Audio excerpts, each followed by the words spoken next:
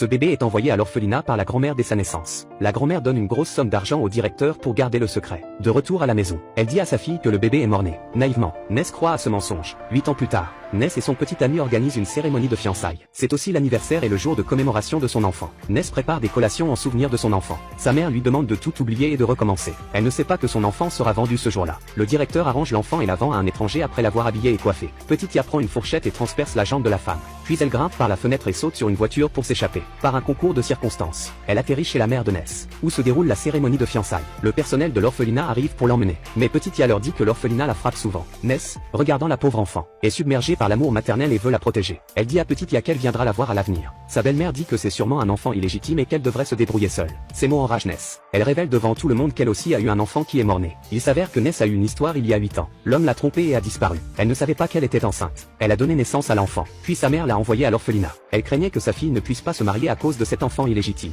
Tout le monde est choqué d'entendre cela. La belle-mère entraîne son fils à l'écart. Elle dit à son fils qu'ils ne veulent pas d'articles d'occasion. Mais son fils arrête sa mère. Il aime profondément Ness et se moque de son passé. Finalement, l'homme se fiance avec Ness. Ness a toujours eu un sentiment spécial pour Petite Ya. Le soir même, la mère de Ness se rend à l'orphelinat. Elle demande au directeur de garder le secret pendant de nombreuses années. Le directeur lui dit que l'enfant a disparu et qu'il la recherche partout. Juste à ce moment-là, sa fille apparaît soudainement. Elle pense que sa mère est venue ici pour s'occuper de Petite Ya comme elle. Ness demande au directeur où est Petite Ya. Le directeur lui dit que l'enfant est heureux mais ne rencontre pas d'inconnu. Sa mère fait discrètement signe au directeur de garder le secret. Ness n'a d'autre choix que de partir avec sa mère. En fait, après que Petite Ya a été ramenée à l'orphelinat, elle a subi la torture du directeur. Puis elle a été emmenée dans un hôtel, prête à être vendue à l'étranger. Mais Petite Ya a encore une fois grimpé par la fenêtre et s'est enfuie. Par coïncidence, il y avait un homme à côté prêt à s'enfuir. Cet homme a été capturé pour avoir eu une liaison avec une autre femme. Ils se regardent tous les deux, hésitant à sauter. Mais Petite Ya, intelligente, descend étage par étage. L'homme limite et atterrit en sécurité. Les amis de l'homme l'attendent déjà en voiture. Petite Ya se glisse discrètement dans son coffre arrière. Elle court dans la maison de l'homme.